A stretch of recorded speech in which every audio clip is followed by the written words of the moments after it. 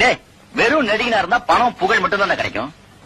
Chief minister ஆயிட்டா அதிகாரம், அந்தஸ்து, பணம், புகழ் எல்லாமே கிடைக்கும். அதுக்கப்புறம் நான் வச்சதாண்ட சட்டம். அரசியல் தலைவர் ஆகிறதுக்கு உங்களுக்கு என்ன தகுதி இருக்கு? என் எச்சல தின்னுட்டு எனக்கே என்ன தகுதி இருக்குன்னு கேக்குறியா? பிச்சைக்காரன் நாய. அண்ணன், நான் சொல்லுவேனா? ஜனங்க அப்படி சொல்லுவாங்கன்னு சொல்ல வந்தேன். ஏய் ஏய், எனக்கு என்ன தகுதி இல்ல? நான் போற இடம்லாம் மக்கள் வெள்ளம், நடிக்கிற படம் எல்லாம் silver jubilee, golden jubilee, platinum jubilee. எனக்காக ஆயிரக்கணக்கான ரசிகர் மன்றங்கள், லட்சக்கணக்கான தொண்டர்கள், அவங்க எல்லாம் எனக்காக உயிரோட தயாரா இருக்காங்க. சுருக்கமா சொன்னா நாடறிந்த மனிதன், பாப்புலர் ஃபிகர். அப்படி பார்த்தா 9 கொலை பண்ண கூட தான் ஊரெல்லாம் தெரியும். அதுக்கோசரம் ஜனங்கள்லாம் அவனை சீஃப் மினிஸ்டர் ஆக்கிட முடியுமா?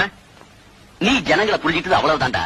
இந்த ஜனங்க இருக்காங்களே மாங்கா மலையனுங்க, அவனுக்கு சினிமா எது அரசியல் எதுன்னு பிரிச்சு பார்க்க தெரியாது. என்ன எடுத்துக்கைய, நான் பரம அயோக்கிய. ஆனா ஜனங்க உத்தமாங்கிறான். ஏன்? ஒவ்வொரு சினிமாலையும் நல்ல நம்பி ஜனங்க எல்லாம் பாவம், அவங்க ஏமாத்தலாமா? நாம ஜனங்களை திருத்த வந்துட்டோம். அவங்க கிட்ட இருக்க முட்டாள்தனத்தை பயன்படுத்தி